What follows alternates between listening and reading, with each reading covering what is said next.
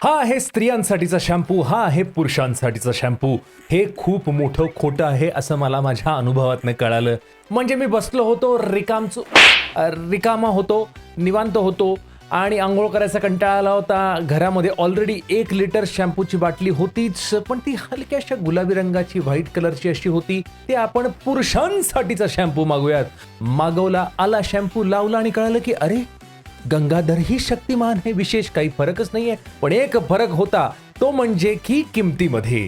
पारंपरिकरित्या ज्याच्यात स्त्रिया ॲडमध्ये असतात ते प्रोडक्ट जे स्त्रियांसाठी आधी जास्त ॲडव्हर्टाईज केले जायचे ते पुरुषांसाठी आता येत आहेत आणि त्याच्यामध्ये किंमत मात्र जास्त असते. तसाच हा पुरुषांसाठीचा शॅम्पू जो आहे तो महाग होता.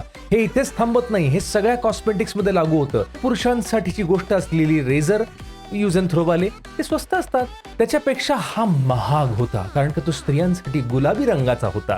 मला असं वाटतं यातनं एकच फायदा होतो. आता आमच्या घरी 2 लिटर शॅम्पू झालेला आहे, एक महिलांसाठीचा, एक पुरुषांसाठीचा. कंपन्यांना जास्त प्रोडक्ट विकता आले, त्यांचा फायदा झाला. लहानपणी आपण जेव्हा कलिंगड खरेदी करायला जायचो तेव्हा तो काय म्हणायचा फळवाला, हा आहे पुरुषांसाठीचा कलिंगड, हे आहे स्त्रियांसाठीचे नको, हे जोक नकोच करायला. सध्या कॉमेडियनचा काळ चांगला नाहीये.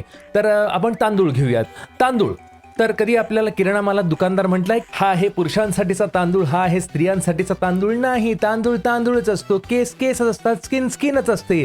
हा फार तर एवढा फरक असतो की दोन्हीही कांदे पोहेच असतात, पण एका कांदे पोह्यांमध्ये जरा लिंबू पिळलेलं असतं, मेन्थॉल बिन्थॉल किंवा काळ्या रंगाची बाटली, बस एवढाच फरक असतो.